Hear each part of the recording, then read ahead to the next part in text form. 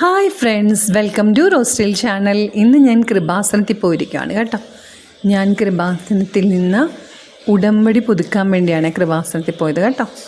അപ്പം കൃപാസനത്തിൽ നമ്മൾ നമ്മുടെ ആവശ്യങ്ങളൊക്കെ നമ്മൾ കൃപാസനത്തിൽ ഉടമ്പടി പത്രികയിൽ എഴുതാറുണ്ടല്ലോ.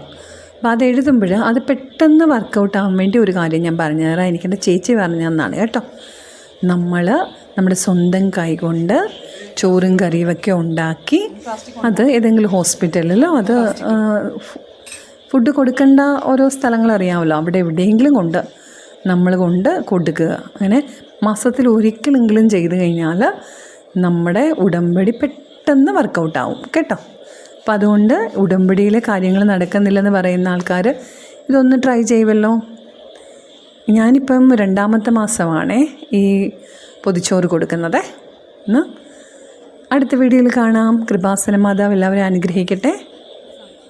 സാമ്പാർ, കേരമീൻചാറ്, ചോറ്, അച്ചാറ്, ബീറ്റ്റൂട്ട് തോരൻ, എന്തോ കീര.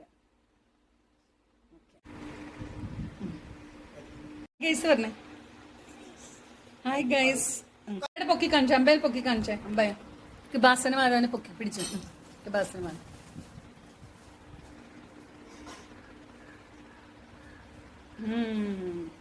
നമ്മളെ കൃപാസന മാതാവ് വേണല്ലേ.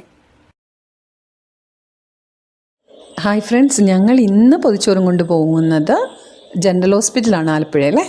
അപ്പോൾ ഇതാ രാജേട്ടൻ പാക്ക് ചെയ്തുകൊണ്ടിരിക്കുവാണ്. ഞങ്ങളുടെ ആമിക്കുട്ടിയും അതിൻ്റെ കൂടെ കൂടിയിട്ടുണ്ട് കേട്ടോ. അർഹതപ്പെട്ടവരുടെ കരങ്ങളിൽ തന്നെ ഇതെല്ലാം ഈ പൊതിച്ചോറെല്ലാം എത്തട്ടെ എന്ന് പ്രാർത്ഥിക്കുന്നു.